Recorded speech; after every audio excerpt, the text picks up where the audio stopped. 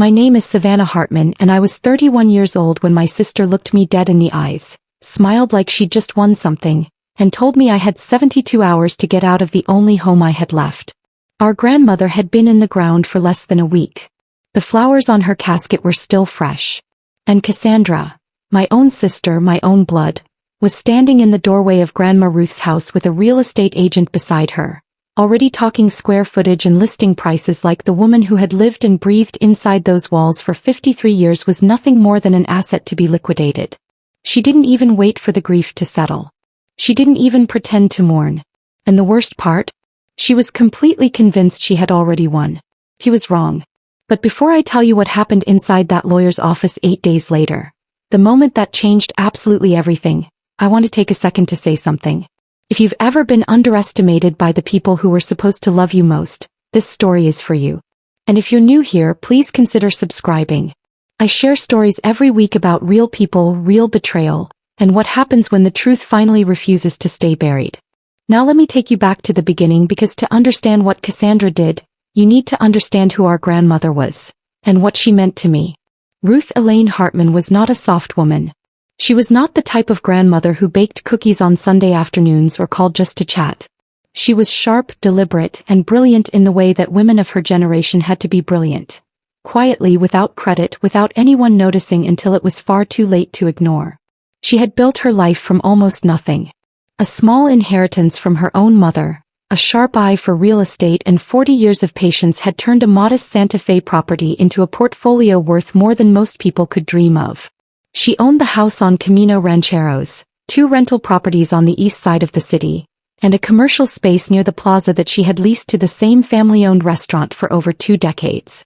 She wasn't flashy about it. She drove the same dusty Subaru for 11 years. She clipped coupons from the Sunday paper even when she didn't need to. She was the kind of woman who measured her worth not by what she spent but by what she built. And she chose me to help her build the last chapter of it.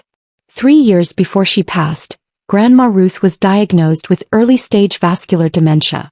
It wasn't the kind that erased her overnight.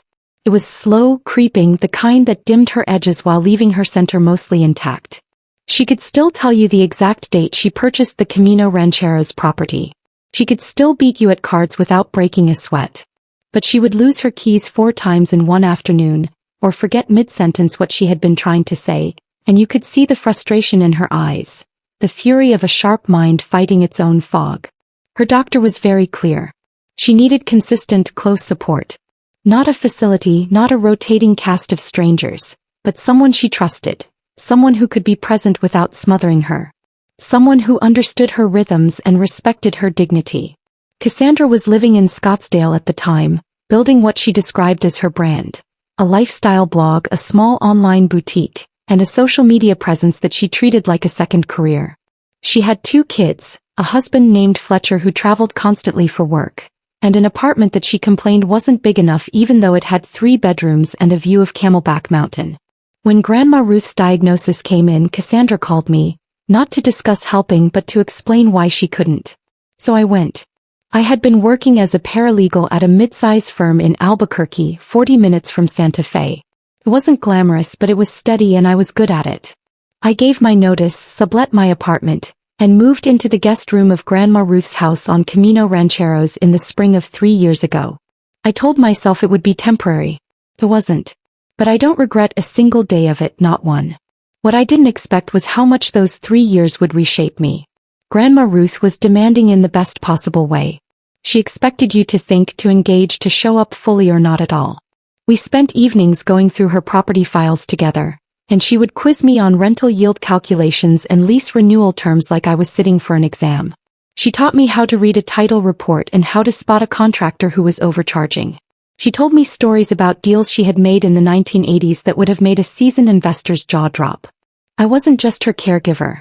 I was her student, her companion, her daily anchor in a world that was becoming increasingly difficult to hold on to. Cassandra visited 4 times in 3 years. 4 times. Each visit followed the same pattern.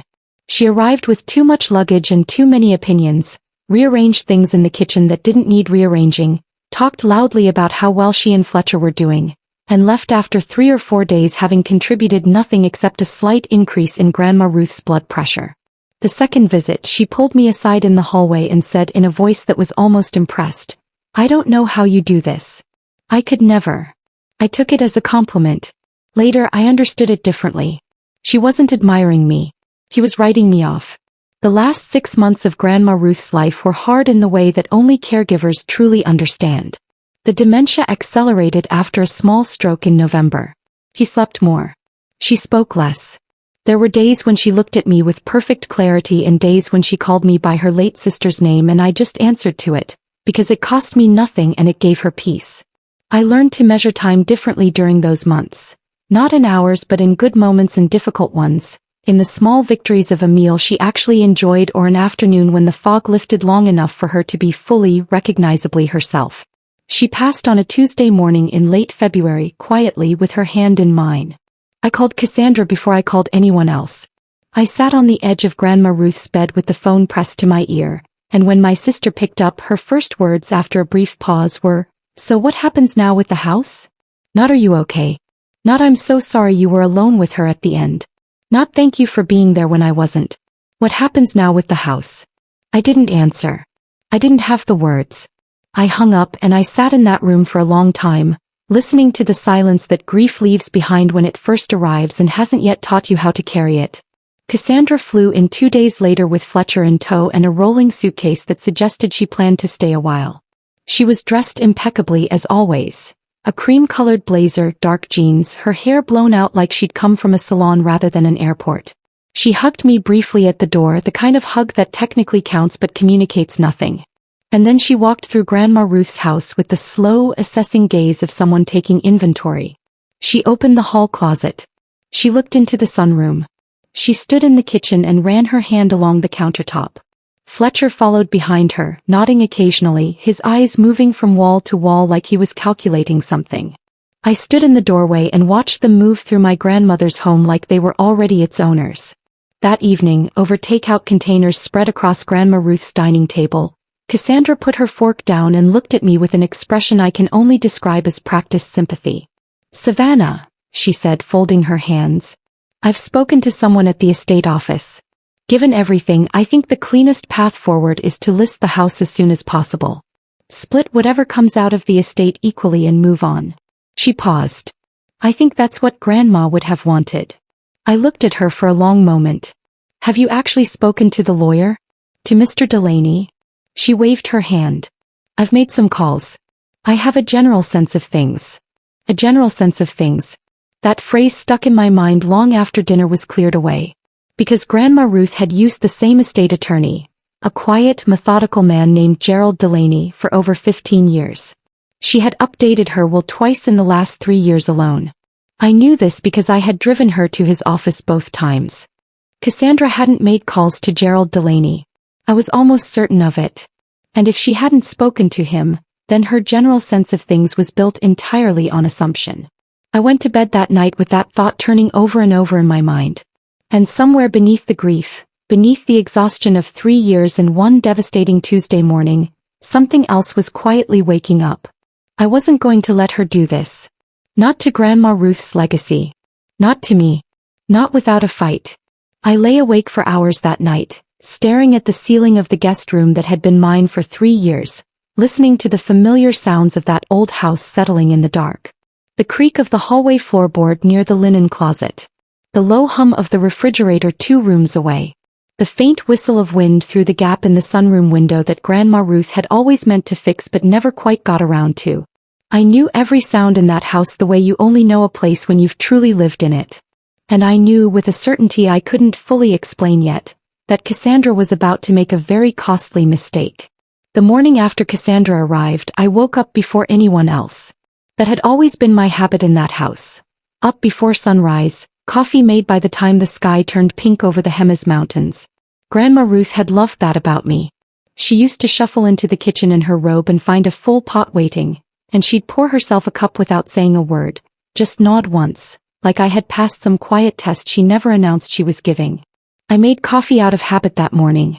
Then I sat at the kitchen table alone and opened the folder I had quietly pulled from Grandma Ruth's filing cabinet the night before.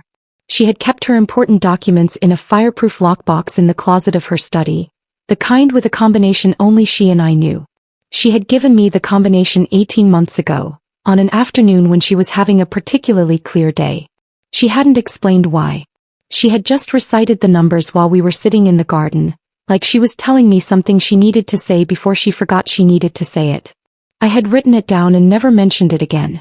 Inside the lockbox were property deeds, insurance policies, tax records going back a decade, and a sealed envelope with my name written on the front in Grandma Ruth's handwriting. Not Savannah and Cassandra. Just Savannah. I had known it was there for months. She had placed it in my hands one afternoon last fall, asked me to put it in the lockbox and said only, "That one's for later." I hadn't opened it. I still wasn't ready to open it. But I set it on the table in front of me and looked at it while I drank my coffee, and I thought about what later was supposed to mean. What I did open that morning was a document I had seen before. A letter from Gerald Delaney's office dated 14 months ago, confirming the completion of an estate plan update. It wasn't the will itself. It was just the confirmation letter, the kind of administrative paperwork that gets filed away and forgotten. But it told me two things clearly. First, that Grandma Ruth had updated her will just over a year ago. And second, that the update had been significant enough to require a separate confirmation letter rather than a simple amendment. I had filed it away without reading too deeply into it at the time because it wasn't my business to read too deeply into it. But now, sitting at that kitchen table with Cassandra asleep down the hall, I read every word. I heard Fletcher before I heard Cassandra. His footsteps were heavy, the kind that announced themselves without apology. He appeared in the kitchen doorway in a fleece pullover, glanced at me, glanced at the coffee pot and poured himself a cup without asking. I watched him settle into the chair across from me, and for a moment neither of us spoke. "She's not trying to hurt you," he said finally, wrapping both hands around his mug. I looked at him. She showed up with a real estate agent, Fletcher. He had the decency to look uncomfortable. "She's practical. You know how she is." "I know exactly how she is," I said. "That's the problem." He didn't respond to that. He stared into his coffee like it might offer him something useful. Fletcher was not a bad person. That had always been my read on him. Not bad, just weak in the specific way that made bad things possible. He went along. He smoothed things over. He mistook conflict avoidance for kindness and had probably never once in his marriage told Cassandra that she was wrong about something that actually mattered. "Has she actually spoken to Mr. Delaney?" I asked. Directly. A real conversation, not just an email or a voicemail. Fletcher's eyes shifted just slightly. "She made some calls." "That's not what I asked." He set his mug down. "Savannah. I'm not asking to start a fight. I'm asking because it matters." Kept my voice level. "If she's making decisions about this estate based on assumptions, that's going to cause problems for everyone. Including you." He was quiet for a long moment. Then quietly, "She got a call back from someone at an office. I don't know if it was Delaney himself." I nodded slowly and said nothing else. I didn't need to. Cassandra appeared an hour later, already dressed, already composed, moving through the kitchen like she had always lived there. She refilled her coffee, commented on the morning light in the sunroom, and then turned to me with the particular brightness she deployed when she wanted something to feel casual. "I've been thinking," she said, leaning against the counter. "We should probably go through Grandma's things this week. Before the reading. Just to get a sense of what's here." "The reading is in 6 days," I said. "Exactly. That's not much time." She looked around the kitchen. "Some of this furniture is worth something. The dining set especially. And there are pieces in the study that an appraiser should probably look at." I put my cup in the sink. "We're not bringing an appraiser into this house before the will has even been read." Cassandra tilted her head. "I'm just being organized." "You're being premature," I said. "And I'd like you to wait." Something shifted behind her eyes. Not anger exactly. More like recalibration. The split-second adjustment of someone who had expected less resistance. She smiled, the kind of smile that doesn't involve the eyes, and said, "Of course. Whatever makes you comfortable, Savannah. Whatever makes you comfortable." Said in exactly the tone designed to make clear that my comfort was a minor inconvenience. She was graciously accommodating. I left the kitchen before I said something I couldn't take back. The person I needed to talk to was Dory Campos. She had been Grandma Ruth's closest friend for over 30 years. They had met through a neighborhood association in the early 90s and had been inseparable ever since. Dory was 74 years old, 5 feet tall, and possessed of a frankness that could stop a conversation cold at 20 paces. She had been at the house twice since the funeral.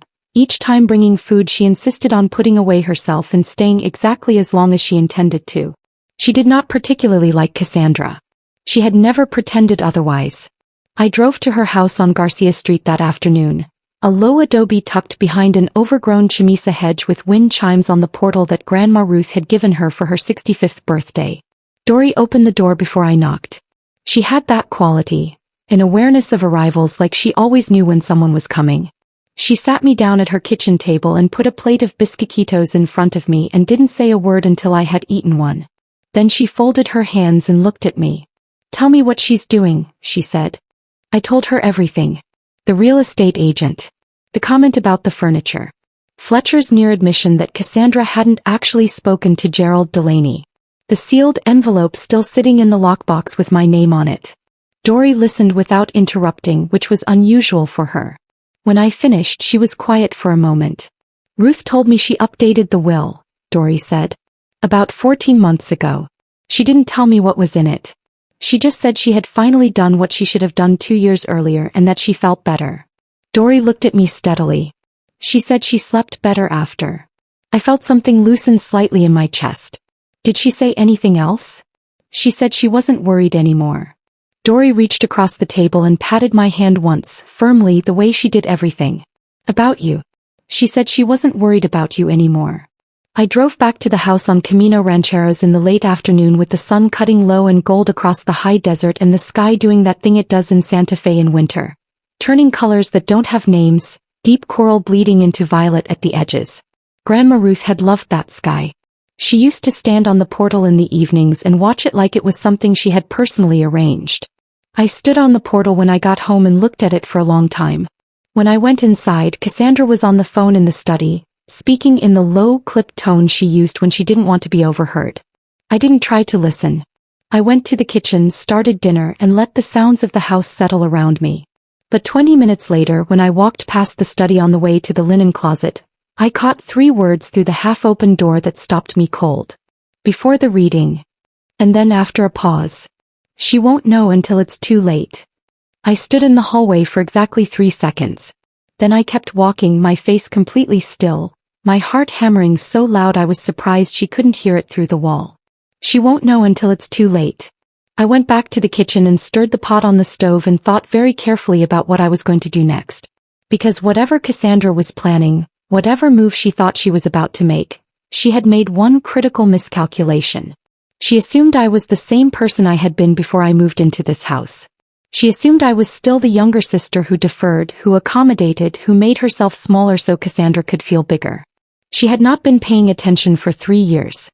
She had no idea who I had become in this house beside that woman in this life. And in 6 days Gerald Delaney was going to show her. I called Gerald Delaney's office the next morning and left a message with his assistant.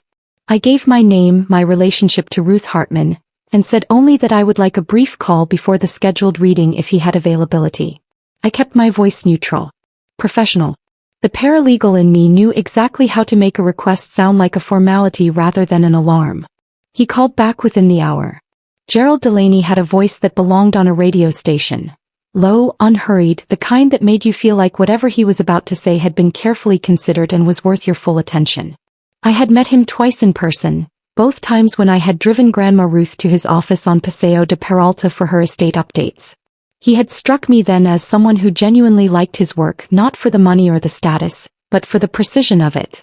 He was a man who believed that words on paper mattered, that the right document drafted correctly could protect people long after the person who wrote it was gone.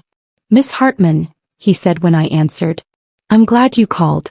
I was actually going to reach out to you this week." That stopped me. "You were. Your grandmother left specific instructions about pre-reading contact. She anticipated that the period between her passing and the formal reading might be complicated. Pause. She knew her family well." I sat down slowly on the edge of the bed. "What kind of instructions?" "Nothing I can discuss in full until the reading itself," he said.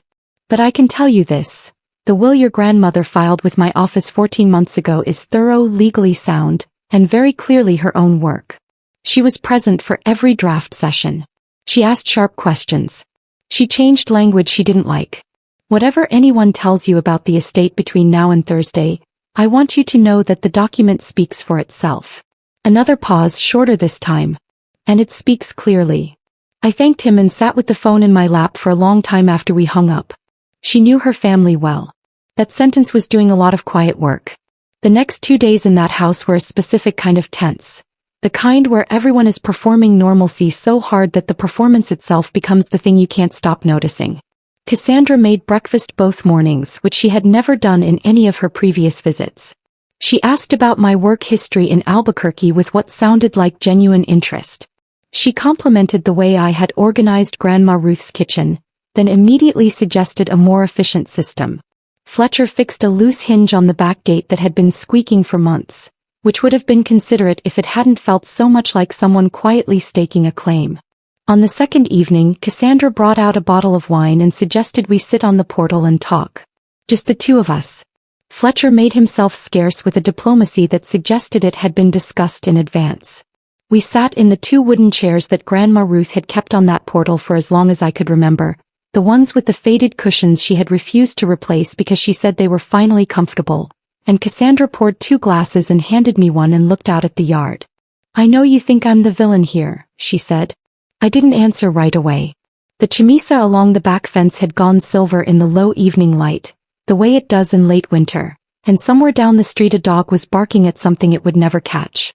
I don't think in those terms, I said finally. Yes you do. She said it without accusation, almost gently. And maybe you're right too. I wasn't here, Savannah. I know that. She turned the wine glass slowly in her hands. But I had a life. I had kids and a mortgage and a husband who was never home and a business I was trying to keep afloat. I couldn't just drop everything. I did, I said. The words landed quietly. She didn't flinch, but her jaw tightened slightly. You were in a different position, she said. I had a job, Cassandra. I had an apartment and a career and a life I was building. I dropped all of it. Kept my voice even. Not because I had nothing to lose. Because she needed someone and you'd already decided it wasn't going to be you. Cassandra was quiet for a moment. When she spoke again, her voice had shifted. Something underneath the composure that I hadn't heard in a long time. Something that might have been real. I told myself she'd be fine. That you'd figure it out. That it wouldn't go on as long as it did. She looked at her glass. I think I knew I was lying to myself. I just didn't want to look at it. I didn't say anything to that. There was nothing to say that wouldn't cheapen it. I'm not going to fight you, she said after a moment. About the estate. I want you to know that. Whatever the will says, I'll accept it. I looked at her profile in the evening light.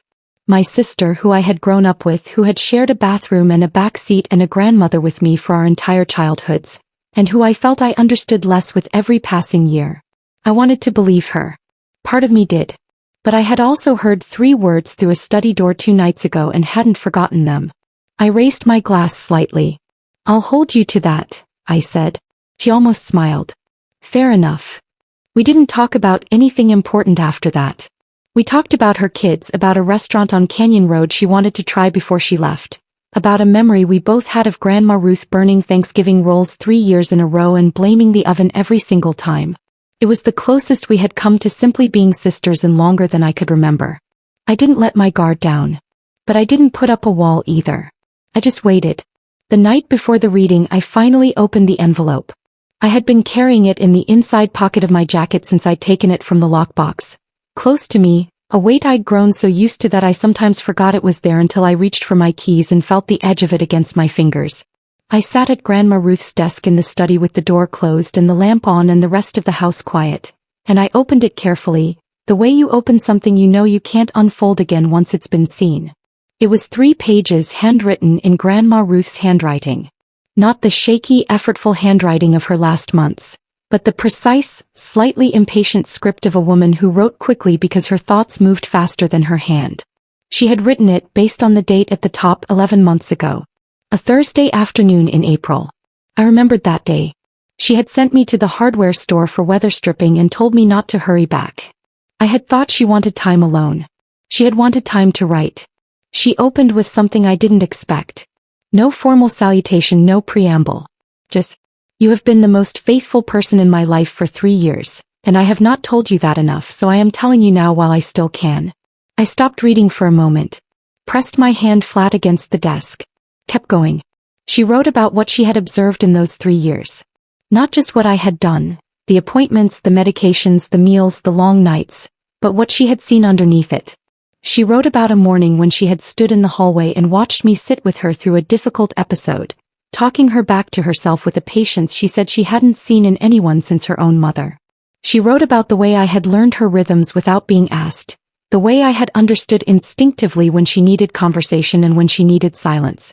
She wrote that living alone after my grandfather died had been a loneliness she had never admitted to anyone, and that when I moved in, something in the house changed. Something came back to life. Then she wrote about Cassandra. Not bitterly. That was the thing that undid me a little. There was no bitterness in it. Just clarity. "Your sister loves me in the way she loves most things," she wrote from a comfortable distance on her own terms. "I do not blame her for who she is. I understand how she got there. But love that only shows up when it's convenient is a different thing than love that shows up when it costs something. You have shown me the second kind. I needed you to know I saw the difference." I read the last page slowly. She wrote that she had made changes to her will not out of anger but out of honesty. That she had spent 2 years telling herself that equal was the same as fair, and then one afternoon had finally admitted to herself that equal and fair were not always the same thing, and that she was old enough and clear-eyed enough to act on the difference. She wrote that she hoped Cassandra would understand someday. She wrote that she was not sorry. And then, at the very bottom of the last page, a single line written slightly apart from the rest, like she had set the pen down and picked it up again. "You were never here out of obligation. I know that. That is everything." I sat at that desk for a long time after I finished reading. The house was entirely still. Outside, the Santa Fe night was doing what it always does in winter. Cold and clear and impossibly full of stars. The kind of sky that makes you feel both very small and very held at the same time. Tomorrow was the reading. Tomorrow, Gerald Delaney would open the document that Grandma Ruth had spent 2 careful years building toward, the one she had signed and filed and trusted to outlast her. Tomorrow, whatever Cassandra believed she was walking into, she would find out she was wrong. I folded the letter back along its creases, slid it into the envelope and held it against my chest for a moment, the way you hold something you are not ready to put down. Then I turned off the lamp and I went to bed, and for the first time since that Tuesday morning in late February, I slept without waking. Gerald Delaney's office was on the 2nd floor of a building just off Paseo de Peralta, the kind of Santa Fe office space that managed to feel both professional and unhurried, warm-toned walls, wooden furniture that had actual age to it, a receptionist who offered water or coffee before you even sat down. I had been there twice before, always as the person helping someone else navigate something difficult. Walking in that morning as the principal felt different. It felt like arriving somewhere I had been heading for a long time without knowing it. I got there 12 minutes early. Cassandra and Fletcher arrived 4 minutes after me, which told me they had timed it deliberately, late enough not to have to sit with me in the waiting area, early enough to appear composed. Cassandra was wearing a charcoal blazer and had her hair pulled back in a way that communicated she meant business. Fletcher carried a leather portfolio that I was almost certain was empty. She nodded at me when she walked in. I nodded back. We did not speak. Gerald Delaney came out to greet us himself rather than sending the receptionist. He shook all 3 of our hands with the measured warmth of someone who has conducted enough of these readings to understand that the people in the room are almost never entirely okay, no matter how composed they appear. He led us down the hall to a conference room with a long oak table and 3 chairs arranged on one side, one on the other. He sat at the head. I took the single chair. Cassandra and Fletcher sat across from me. There was a document on the table in front of Delaney, bound in the standard blue legal backing. There was also a manila envelope, sealed with my name on it in handwriting I recognized immediately. And beside that, a small USB drive. Cassandra's eyes moved across the table and stopped on the USB drive. Something shifted in her expression, too quick to name, gone before it fully formed. But I saw it. "Before we begin," Delaney said, settling his glasses on his nose, "I want to clarify the process. I'll read the will in full. There will be time for questions at the end. I ask that both parties hold their responses until the reading is complete. He looked at Cassandra, then at me. Your grandmother was very specific about the order of things. She felt strongly that the document should be heard without interruption. I'd like to honor that. Cassandra folded her hands on the table. Of course.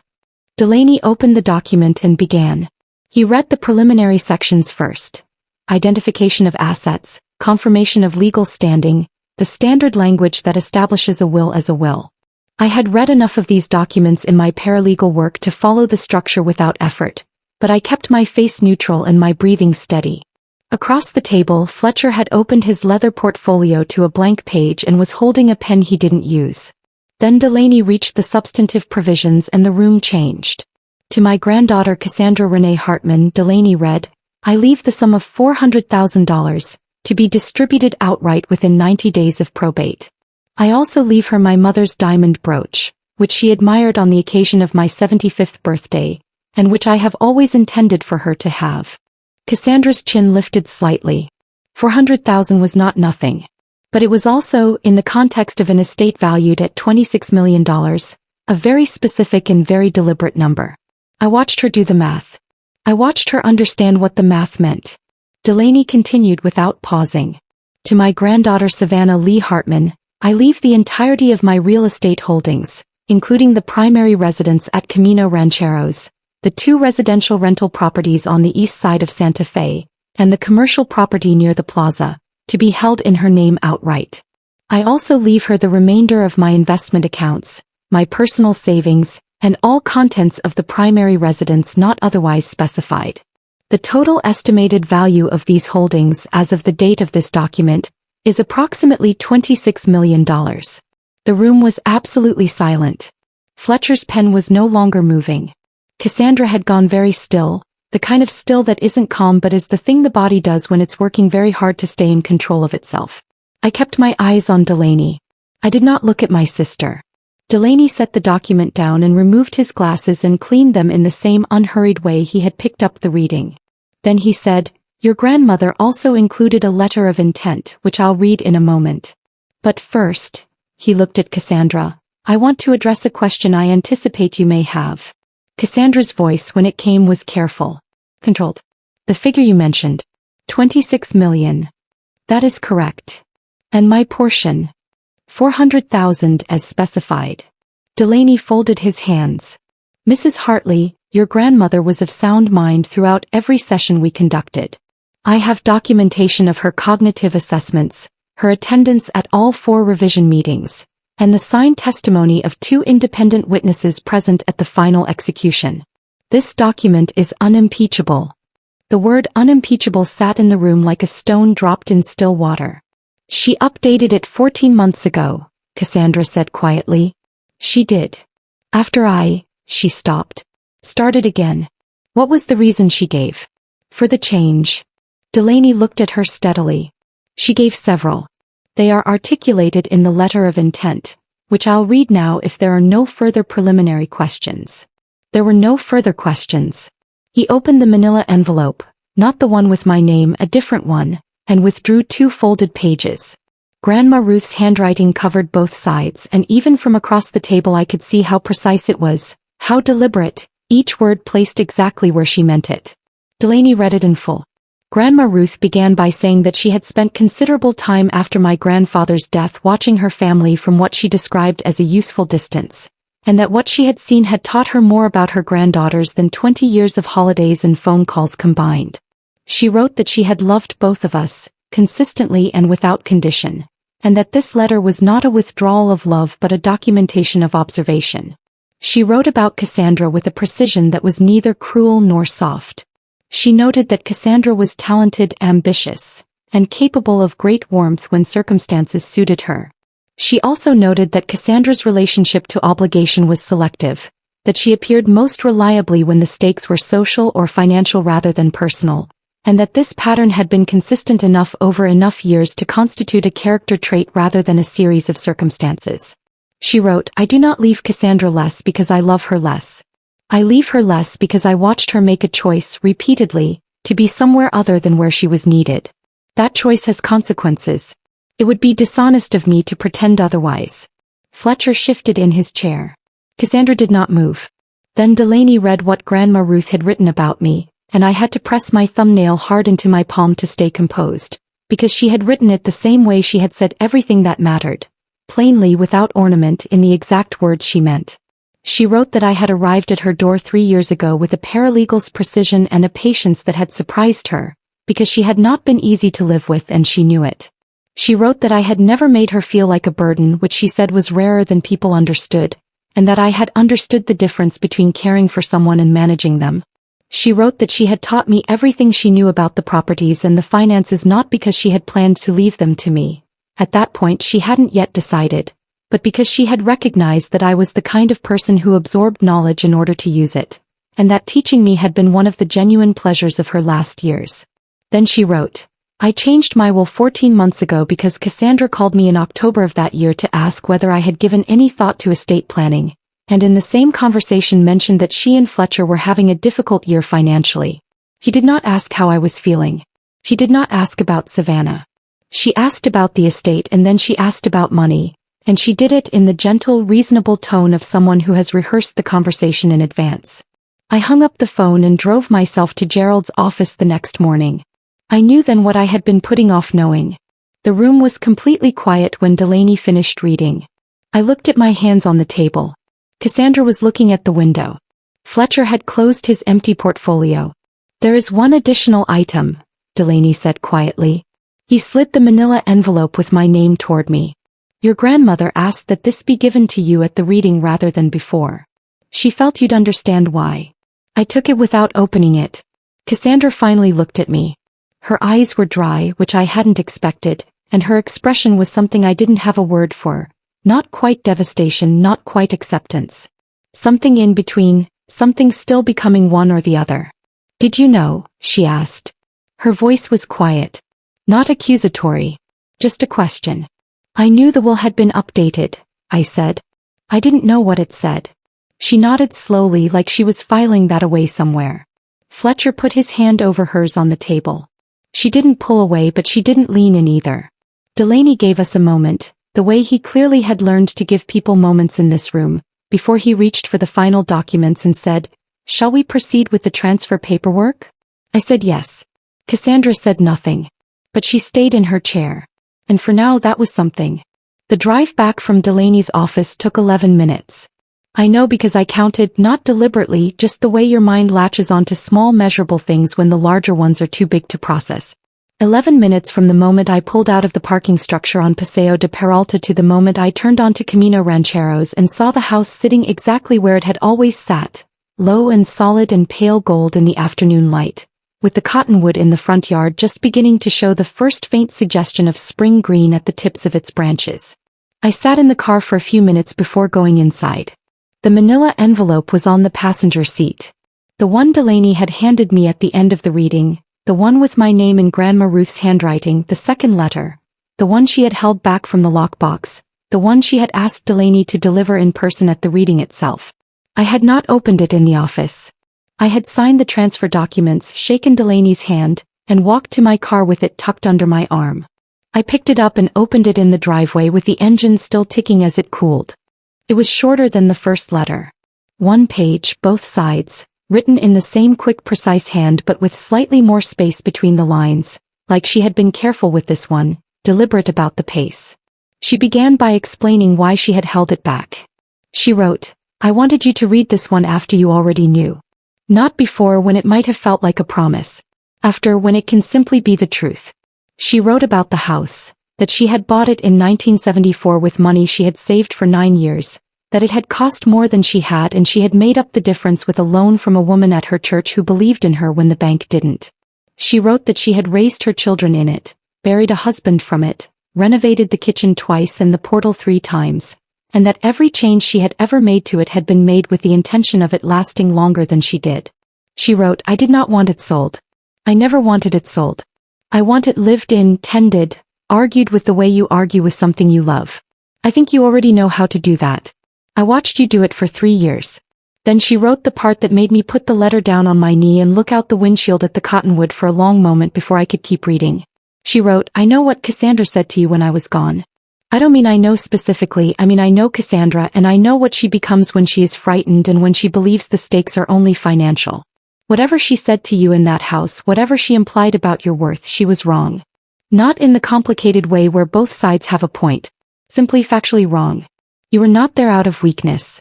You were not there because you had no other options. You were there because you are the kind of person who shows up, and that is not a small thing, Savannah. That is almost everything. I folded the letter and held it for a moment. Then I went inside. Cassandra and Fletcher were in the living room, occupying the space in the uncertain way of people who don't know whether they're staying or leaving. Fletcher was near the window with his hands in his pockets. Cassandra was sitting on the sofa, not scrolling her phone, not reading, just sitting, which was unusual enough for her that it registered immediately. She looked up when I came in. I set my keys on the small carved table by the door, the one Grandma Ruth had bought at an estate sale in Taos 30 years ago, and I stood in the entrance to the living room and looked at my sister. I'm not asking you to leave tonight, I said. You can stay through the weekend. Something moved across her face. Savannah. I'm not finished. I said it quietly but clearly. I want to say something and I'd like you to let me say it. She closed her mouth. Fletcher went very still near the window. I heard you on the phone 2 nights ago, I said. I didn't listen on purpose but I heard enough. She won't know until it's too late. I watched her face. I don't know what you were planning. Honestly, I've decided it doesn't matter because it didn't happen and the reading is done and the document is filed. But I want you to know that I heard it because I think you should know that I was not as oblivious as you assumed I was. I haven't been for a long time. Cassandra looked at the floor. Her jaw was tight. I'm not saying this to punish you, I continued. I'm saying it because I think we've spent a lot of years operating on a version of each other that isn't accurate anymore. You assumed I was passive. I assumed you were purely strategic. We were both at least partly wrong. The house is mine, I said. The estate is mine. That's not going to change and I'm not going to apologize for it, because Grandma Ruth made that decision clearly and deliberately and I'm going to respect it. I paused. But I'm also not going to disappear from your life over this, unless that's what you want. It's not how she raised us to be. Cassandra's voice, when she finally spoke, was rougher than I had expected. She raised me the same way she raised you. I know, I said. I think that's worth something. She looked up. Her eyes were dry, the same as in Delaney's office, but there was something effortful about it now. I'm sorry, she said. For the 72 hours. For the real estate agent. Pause. For a lot of things that didn't happen just this week. It was not a complete accounting. It didn't cover the phone call she had made to Grandma Ruth about the estate, or the years of convenient distance, or the way she had always treated my presence here as a personal failing of mine rather than a choice I had made and was entitled to be proud of. It didn't cover any of that. But it was real. I could hear that it was real. I know, I said again. We didn't hug. We weren't there yet. But she nodded once and I nodded back and that was its own kind of language. They left the next morning after breakfast. Cassandra paused at the door and looked back at the house the way people look at places they are trying to memorize. I understood it because I had been doing the same thing for 3 years. Making sure the image was current, making sure I hadn't started taking it for granted. The kids would like to visit, she said. Sometime. If that's ever something you'd want. Tell them to come in the summer, I said. The garden is better in the summer. She nodded. Then she walked to the car and they drove away and I stood on the portal and watched until they turned the corner and disappeared. Then I went inside, made coffee and took it out to the garden. Grandma Ruth's garden in late February was mostly dormant. The roses cut back to bare canes, the lavender gray and waiting, the raised beds along the south wall empty except for the cold soil she had turned and amended every fall without fail for 30 years. But at the base of the oldest rose, a climber she had planted the year she bought the house, there were 3 small leaves. Pale green, new, fragile in the way that new things always are before they figure out how to be sturdy. I sat on the low adobe bench she had placed in the corner of the garden specifically for this. For mornings, for coffee, for whatever needed thinking through. The Santa Fe sky was doing something extraordinary the way it frequently did, that particular blue that looks too saturated to be accidental. A crow landed on the top of the back wall and regarded me with the unimpressed dignity that crows always manage. Somewhere in the neighborhood someone was starting a truck. I thought about what came next. Not the legal details. Delaney had walked me through all of that with characteristic precision. I thought about the larger shape of it. What it meant to actually own the thing you had been tending. What it meant to stop being a temporary presence in a place and become its permanent one. I thought about Grandma Ruth sitting on this same bench in this same light, making her own calculations about what to keep, what to let go, what was worth fighting for and what simply needed to be waited out with patience and good judgment. She had believed that the truth, given enough time and the right document, eventually found its way to the surface. She had bet her entire estate on that belief. She had been right. My name is Savannah Hartman. I was told I had 72 hours to leave the only home I had left. I stayed instead.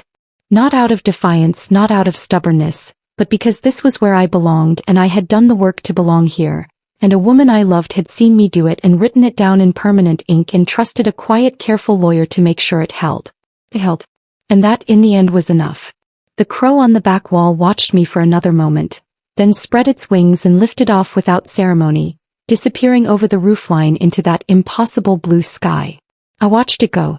Then I looked back down at the 3 small leaves on the oldest rose cane and thought about everything that survives a hard winter simply by refusing to stop being alive underneath it.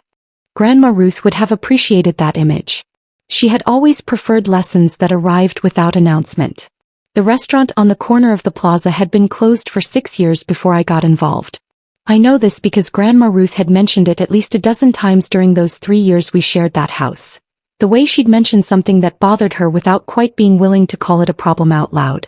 The building had been sitting empty since the previous tenant, a gift shop with an unfortunate name, had quietly folded sometime in the winter before her dementia diagnosis. The space had good bones, she said once, while we were driving past it on the way to Delaney's office. Good bones and terrible management. She said it the way she said most things, plainly, like an observation that didn't require a response. I thought about it a lot now.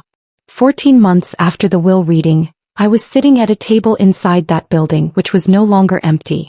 The walls had been replastered and painted a warm terracotta that caught the late afternoon light in a way that made the whole space feel like the inside of something living.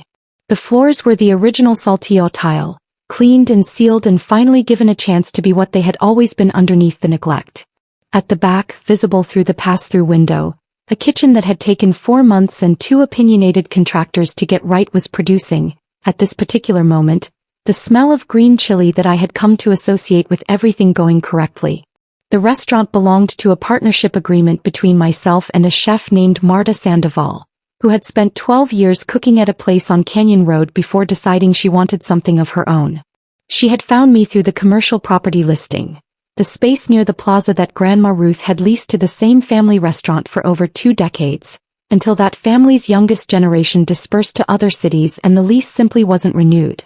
Marta had come to see the space on a Tuesday afternoon and spent 45 minutes walking every inch of it, asking questions that told me she understood exactly what she wanted and had thought carefully about whether she could build it.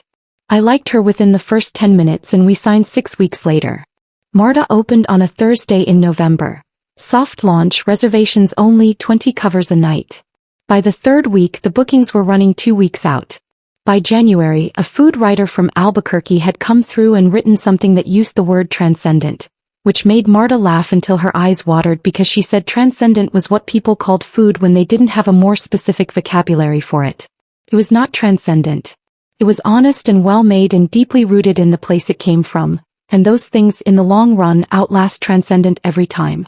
It had not been a simple 14 months and I want to be clear about that. There is a version of this story that ends with the will reading and implies that what follows is simply ease. That is not how it works.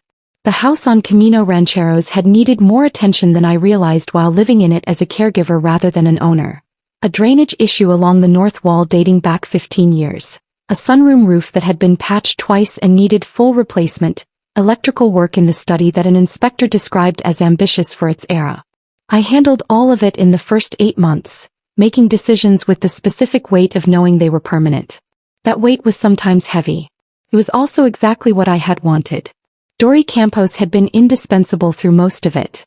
She arrived twice a week with an opinion about whatever was currently being decided and the gift of 30 years of experience navigating the same properties in the same city. She knew which contractors were reliable and which ones bid low and delivered problems. She knew the rhythms of the rental market and the unwritten rules of Santa Fe property ownership that don't appear in any document but matter enormously in practice. Without formally deciding it, she had become the person I called when I didn't know what I didn't know. Grandma Ruth had chosen her friends the way she chose everything else, carefully and with the long view in mind. I had also started volunteering 2 mornings a week with a legal aid organization in Santa Fe that worked primarily with elderly residents navigating estate planning and housing issues. Those files made sense to me in a way they hadn't before. I had lived through my own version of what was in them. I understood what was at stake. That understanding, it turned out, made me useful in a way that no credential could replicate. Cassandra had brought her kids in July as I had said she could. They arrived on a Saturday morning. Her daughter Petra and her son Will, 12 and 9 respectively, loud and unguarded in the way that children are when they haven't yet learned to perform composure. Will found the garden and declared the adobe bench his official headquarters. Petra discovered that the kitchen had excellent acoustics for singing and tested this theory repeatedly and without apology. Cassandra stood in the kitchen doorway watching them and looked, for the first time in as long as I could remember, simply present. Not managing or calculating. Just there. We had not had the large accounting conversation I had imagined might eventually need to happen between us. We had talked around it and alongside it and occasionally directly at it, in the way of people who understand that some things resolve better through accumulated behavior than through a single definitive discussion. He was trying. I could see that she was trying. It was not the same as everything being resolved, but it was real, and I had learned to value real over resolved. On the last evening of the July visit, after the kids were in bed, Cassandra and I sat on the portal the way we had sat the previous winter, in the same 2 chairs with the faded cushions I had still not replaced. He had wine. I had coffee. The night air was warm and full of the smell of the garden, the roses fully open, the lavender at peak bloom, the raised beds producing more than I could reasonably use. Cassandra looked out at the garden for a long time without saying anything. Then she said, "She would have liked this. She designed most of it," I said. "I know. Pause. I mean, she would have liked seeing you in it." The chamisa along the back fence was silver in the low light, the same as it had been that February evening when we'd first sat here together, though everything else was different. The night was warmer. The stakes were settled. The grief was still present but had changed shape. Softer now, more familiar, the kind you carry rather than the kind that carries you. "She knew what she was doing," I said finally. "With all of it." Cassandra nodded slowly. "I know that now. I didn't for a while. But I know it now." That was enough. We sat there until the night got cold, which in Santa Fe even in July happens eventually, and then we went inside and I made tea and we talked about her kids in the restaurant and a road trip she was planning for the fall. It was ordinary in the particular way that ordinary only feels when you understand what it cost to get there. Grandma Ruth had bought this house in 1974 because she believed in it when the numbers barely made sense. She had tended it for 50 years because she understood that some things require your full commitment before they reveal what they are capable of becoming. She had left it to me because she had watched me understand that lesson without being taught it directly, which she had considered, apparently, the truest form of comprehension. I was not the same person who had driven to Santa Fe 3 years ago with a sublet apartment and a letter of resignation and no real plan beyond showing up. That person had been capable and willing and genuinely good at caring for someone she loved. But she had not yet understood what she was capable of building. She had not yet met the version of herself that emerges when grief and responsibility and a real inheritance arrive at the same time and refuse to be managed separately. I understood her better now. Every day in one form or another I was still becoming her. And that, it turned out, was the thing Grandma Ruth had been trying to leave me all along. Not the house, not the portfolio, not the numbers in a document on file with Gerald Delaney's office. All of that was real and it mattered, and I was grateful for every square foot and every dollar of it. But underneath all of it, the actual inheritance was this. The knowledge that showing up consistently and without condition for the people and the places that need you is not a consolation prize. It is the whole point. She had known that for 50 years. Now finally so did I.